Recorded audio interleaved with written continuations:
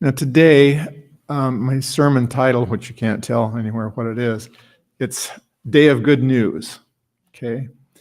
And so what I'm sharing about is witnessing, and I think that's what Pastor was sharing about just last week. So we're kind of hitting you with a double whammy, but I want to share with you from the Old Testament some things that I think have to do with it.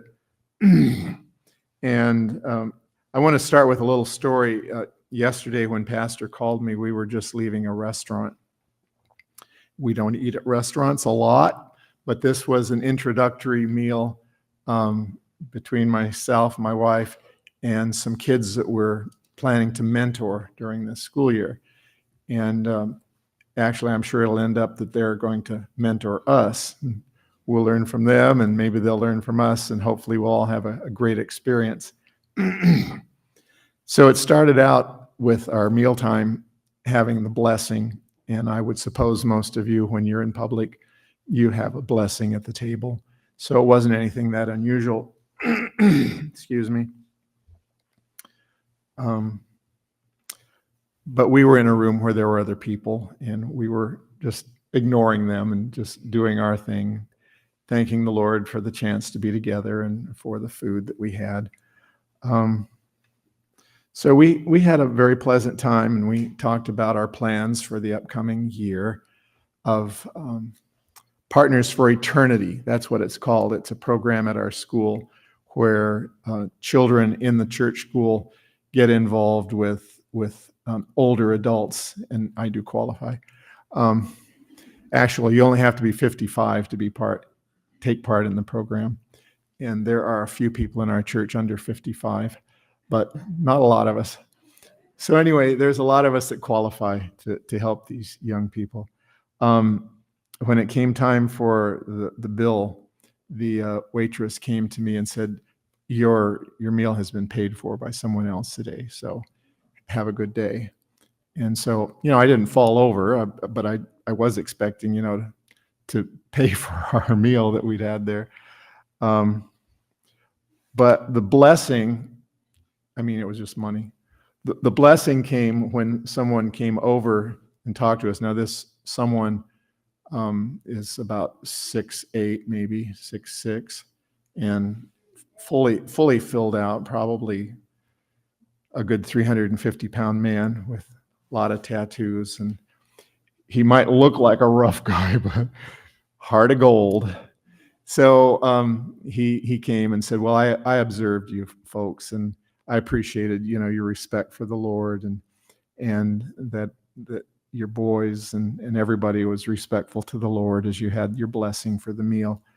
And I just wanted to bless you a little bit. And so he didn't leave it at that. He brought a chair over and he sat down with the boys and really talked to them about Jesus, and talked to them about how that Jesus could bless them in their life if, they would devote whatever skills and things that they had to serving him. And I don't know if they appreciated it as much as I did, but it was a blessing, and so that was great. And he actually talked to them quite a while. And then so when he went back to his table, it wasn't over. Then the next blessing was one of the boys talked to their grandma and said, could I invite him to church tomorrow? And so that was a blessing too. And so he was cordially invited, and he asked where the place was. He said, oh yeah, I know where that is. Asked the time. And so we might be a little bit disappointed that he's not here yet. But the blessing is he was invited and that he shared Jesus. So, hey, we're not missing totally the blessing, are we? It would have been nice though, because he said, well, I'll come if you save me a seat. And I can tell you the seat is saved and he's been watched for. So, maybe the next blessing will be another time, maybe another Sabbath, who knows? But we're talking about the way God blesses people, the way he blesses us, and how we can be a blessing. And we're finding it from a history book of all places. 2 Kings, and actually we're starting in chapter 5. And there's 3 stories there that I want to share with you. And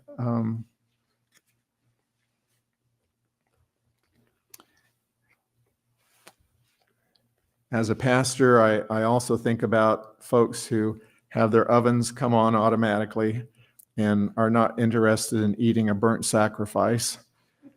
And so, I don't really want to go, too long.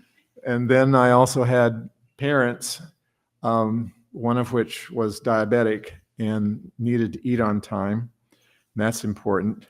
So I appreciate that you're flexible, but I'm not going to ask you to be too flexible here today. We might cut short some of these stories, but I just want to share with you 3 stories from 2 Kings 5, 6, and 7. I think I got that right. Yeah. So the first one, let me talk to you a little bit about the geography of Israel, or where, Israel, Palestine, Syria, all that. We're very familiar that they are having a hard time getting along right now, and they always have. Always. It's never stopped. So the story I'm telling you about, when you're looking at a map, here's the Mediterranean. The top nation I'm talking about is Syria. Syria is in our story today. And then as you come down, it borders Israel. And from the times I'm talking, Israel and Judah were 2 different nations because they couldn't get along. Never heard of such a thing as that, I'm sure. Same family, same blessings from God. They can't stand each other. But anyway, that's the way it was. Syria, and then there was Israel, and then there was Judah. Capital of Judah is Jerusalem. Capital of Samaria, of Israel, is Samaria. So our first story, 2 Kings 5, has to do with the captain of the army of Syria, top nation, right? And they don't necessarily get along with Israel, to put it mildly. It says, verse 1, Naaman, the commander of the army of the king of Syria, was a great and honorable man in the eyes of his master, because by him the Lord had given victory to Syria. He was also a mighty man of valor, but he was a leper. Now, I don't know how an army commander does his duties, as a leper, because in any circle, you're not in the circle. You are outside of the circle, and you're not supposed to be spreading your leprosy with other people. It's a lot worse than pneumonia. We probably could have had our speaker today. But anyway, yeah, as a leper, he had a real problem. Verse 2 says, the Syrians had gone out on raids. Have you ever heard of such a thing? Taking hostages in the Middle East? Really? Yeah. The Syrians had gone out on raids and had brought back captive a young girl from the land of Israel. She waited on Naaman's wife. Now, if you were that young girl, and I know if you're a guy, it's hard to imagine, but try to imagine how this young lady felt towards the Syrians, towards the captain of the army who came and raided your country and took you away as a hostage to work in your household. I don't know if she prayed for him every night. Lord, I love this man. He's such a good man. I pray for him. I don't know how she prayed for this guy who took her as a captive. I don't know if she thought of him as an enemy, but wouldn't you say he was? She was in the household of an enemy nation, household of the captain of the army who did raids and would take Israelis to work for them, which, I don't know, it does sound like more sense than putting them in a tunnel somewhere and ignoring them. But anyway, they took them as prisoners, as captives, and she waited on Naaman's wife. So you know the story. It's pretty familiar to us. She was talking to Naaman's wife and said, I'm really sorry that your husband has leprosy, and I know that the God of heaven cares about him too. And in fact, I believe that the prophet back home in Israel would be able to heal him. Now, that was quite a witness, wasn't it? More of a witness than just having a public blessing at a meal table.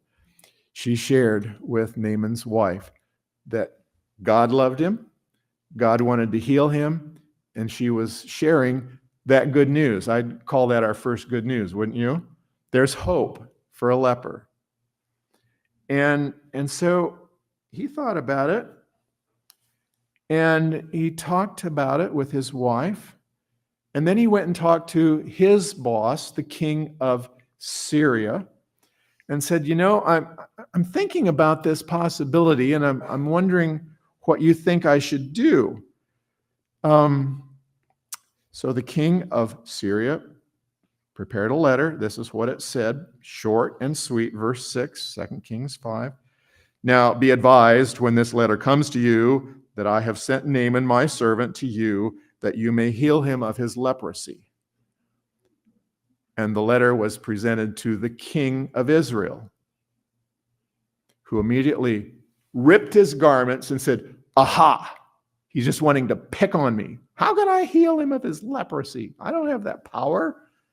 He just wants another reason for another war. So that didn't sound like good news to the king of Israel when he got that letter. But Elisha, the prophet there in Israel, heard about it and said, wait a minute, have him come over and see me. So Naaman did go to Elisha's house and was expecting to be received with great hospitality, but instead was received with someone who came out to meet him. He was a leper, keep a distance maybe. I don't know what the deal was, but he said, okay, my master says you just need to go wash in the Jordan River 7 times and you'll be healed of your leprosy. And Naaman was so happy with that thought. Verse 11 says, Naaman became furious. He went away and said, indeed, I said to myself, he will surely come out to me and stand and call on the name of the Lord his God and wave his hand over the place and heal the leprosy. So he was really upset. He was furious that that's the kind of reception he got. And then to think about washing in the Jordan River, it was pretty muddy, pretty gross. Probably if they tested for bacteria, it would have, had more than, the beaches would have been closed, I imagine. But at any rate, that was what he was supposed to do, and he was still irate. And thankfully, the guys that were with him were level-headed, and they spoke something peaceful and calm to him, calmed him down a bit, said, you have come a long ways, and maybe you should give it a try, and, what do you have to lose? So he took counsel. Verse 14 says, he went down, he dipped 7 times in the Jordan, according to the saying of the man of God, and his flesh was restored like the flesh of a little child, and he was clean. Now that's a day of good news, isn't it? That was fantastic. So, even better is the next verse, 15. He returned to the man of God, he and all his aides, and he came and stood before him. It sounds like they got a little closer this time. And he said, indeed, now I know that there's no God in all the earth except in Israel. And that's really what God was after, wasn't it? Fixing his heart. The leprosy was kind of a bonus. Now I know that the true God is in Israel. Now, therefore, please take a gift from your servant. And that led to problems, but we're not going to go to there. We're not going to go to that or Gehazi's greed. It was a day of good news. And I suppose that it was good for relations between Syria and Israel. I don't know. But the story continues. Now we're in chapter 6, verse 8. The king of Syria was making war against Israel. So I guess it wasn't all peace and roses and good times. war again. He consulted with his servant, saying, my camp will be in such and such a place. And in the meantime, the man of God, that's Elisha, sent to the king of Israel, saying, beware that you do not pass this place, for the Syrians are coming down there. And so it was that the king of Syria found out that the news was somehow leaking to the Israelites as to where he was planning to attack, and they were always ready, and it wasn't working the way he planned. And he was furious, and he said, somebody in my circle is a spy, and I'm going to get him. And the story says one of his servants said, sir, you don't have any spies in your circle. They have a prophet down there who knows stuff you're talking about in your bedroom. And he said, oh, great. Now what are we going to do? The best thing is to get that prophet and put him out of commission. So that was the plan. Go get Elisha, kill him. That would solve the problem. Probably wouldn't solve the war, but at least nobody would know what he's planning from then on. So it says in verse 14 that he sent horses and chariots, a great army there to Samaria to get Elisha, to kill Elisha. They came by night, they surrounded the city. When the servant of the man of God, when Elisha's servant rose early the next day and went out, there was the army surrounding the city with horses and chariots, and his servant said to him, alas, my master, what shall we do? They were pulling their hair out. What are we going to do now? We are surrounded by the enemy. So it says in verse 16, Elisha, answered and said, do not fear, for those who are with us are more than those who are with them. We always need to keep that in mind, don't we? When it looks like, we're outnumbered and everything is against us. Well, if God is for us, who can be against us? Haven't I heard that somewhere? So in verse 17, it said, Elisha prayed. He said, Lord, I pray, open his eyes that he may see. Then the Lord opened the eyes of the young man, and he saw, and behold, the mountain was full of horses and chariots of fire all around Elisha. Whose army was that? That's the Lord's army. And that's the Lord's angels and his messengers that we don't normally see, but they're there. I'm so glad that they're there.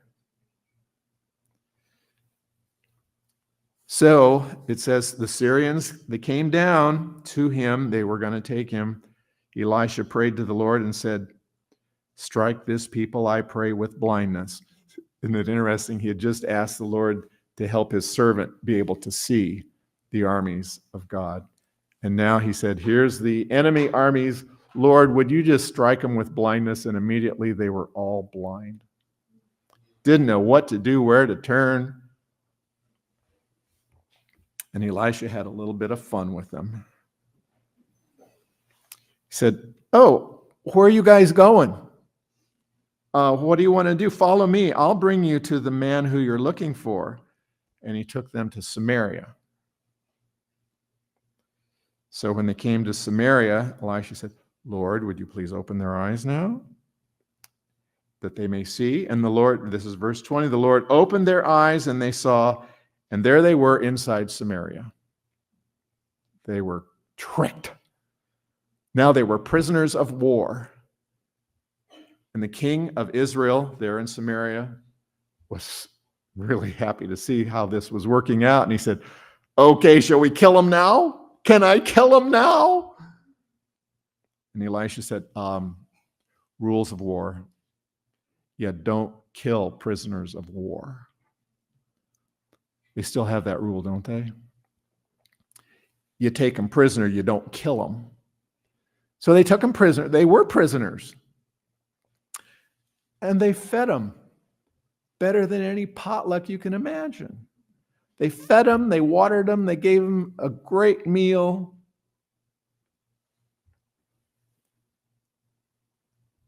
They prepared a great feast for them, it says in verse 23. After they ate and drank, he sent them away and they went to their master.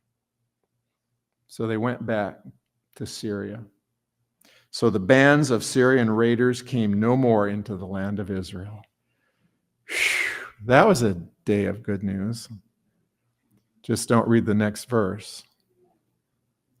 It happened after this that Ben-hadad, king of Syria, gathered all his army and went up and besieged Samaria. That peace didn't last too long.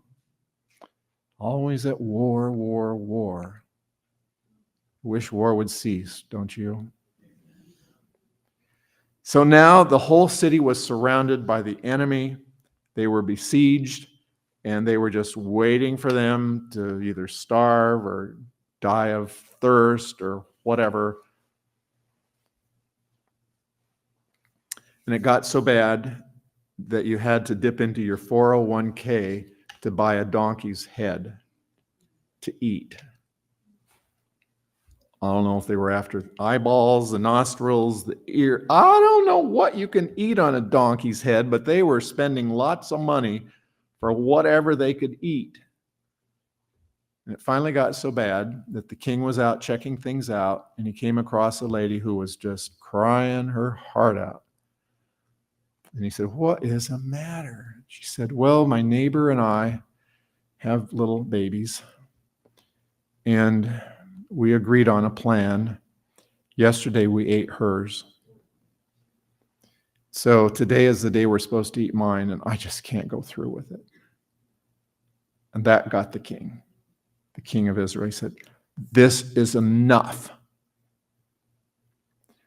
Now, he could have been mad at the Syrian army who was besieging the city, but he was mad at God. And he was mad at God's spokesperson, Elisha. So now instead of the Syrians wanting to kill Elisha, the king of Israel wanted to kill Elisha. Boy, it's rough being a prophet.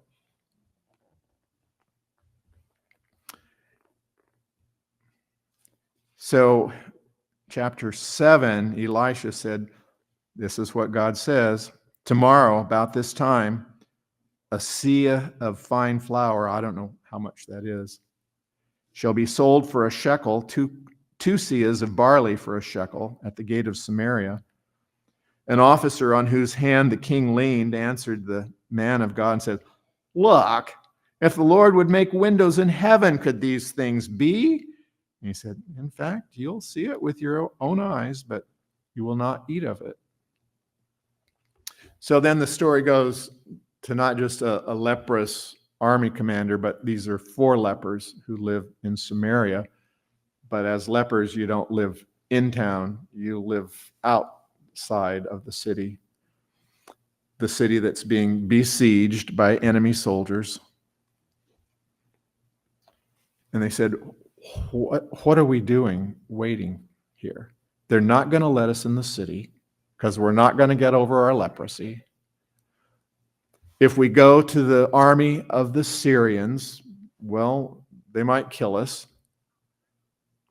But we're dead men, whatever we do. We're a lose-lose situation. We've got nothing to lose.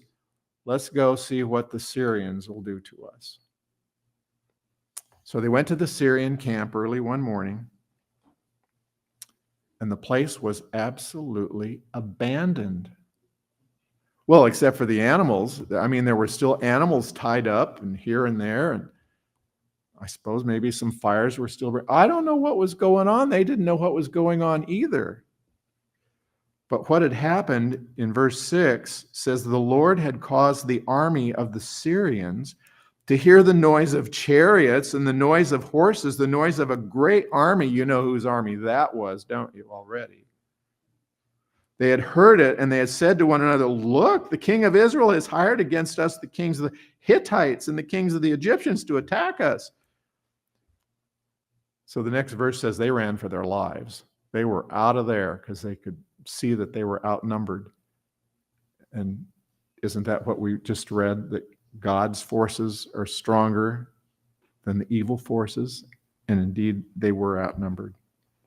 So the lepers went to the first tent and said, "There's food here." They had a great feast.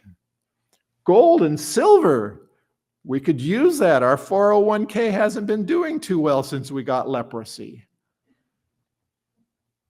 And so they helped themselves to the money.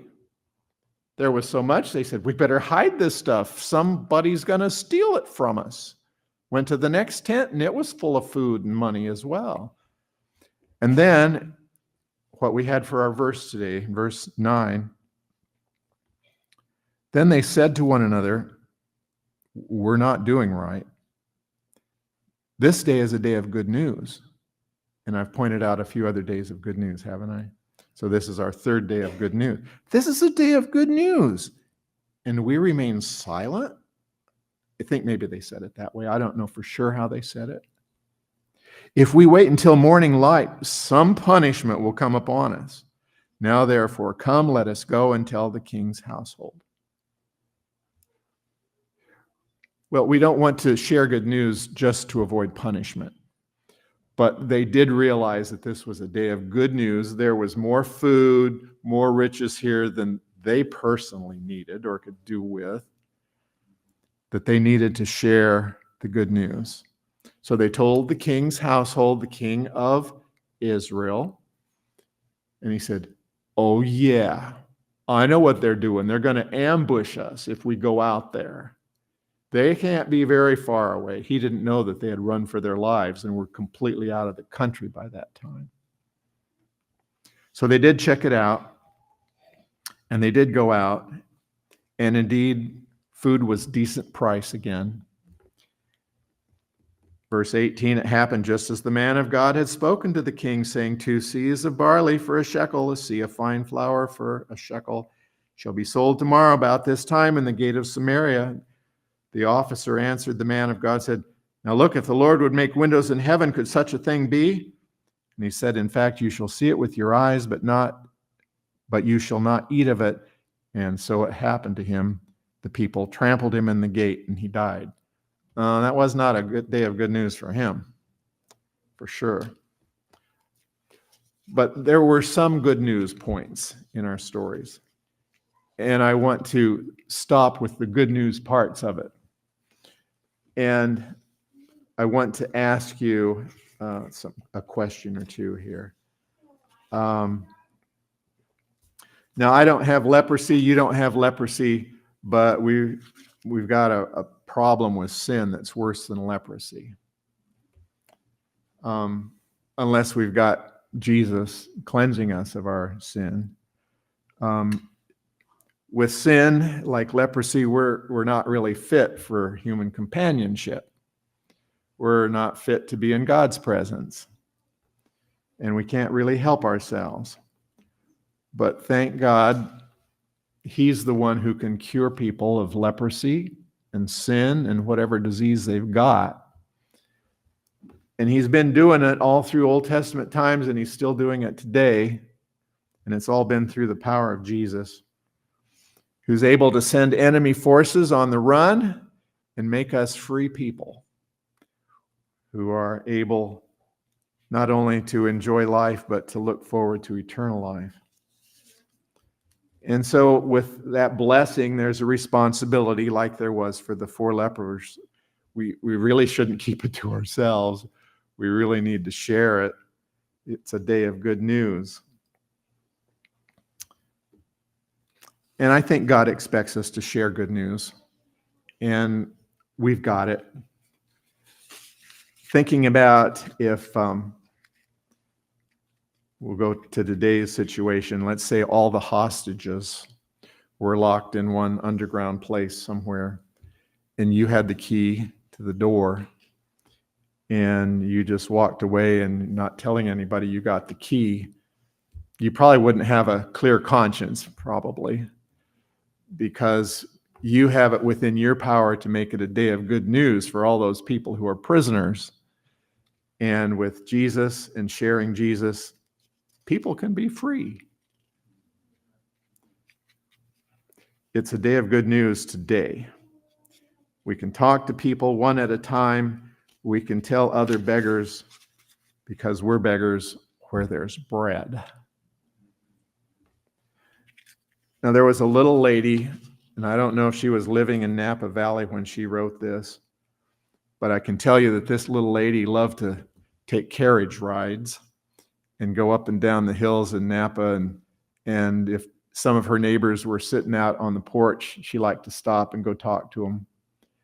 And if she knew they were having a hard time, she would even get her helpers to make clothes for them. They weren't quite as easy to come by. They didn't have Walmarts back then, and Kohl's and places that sell clothes good and cheap.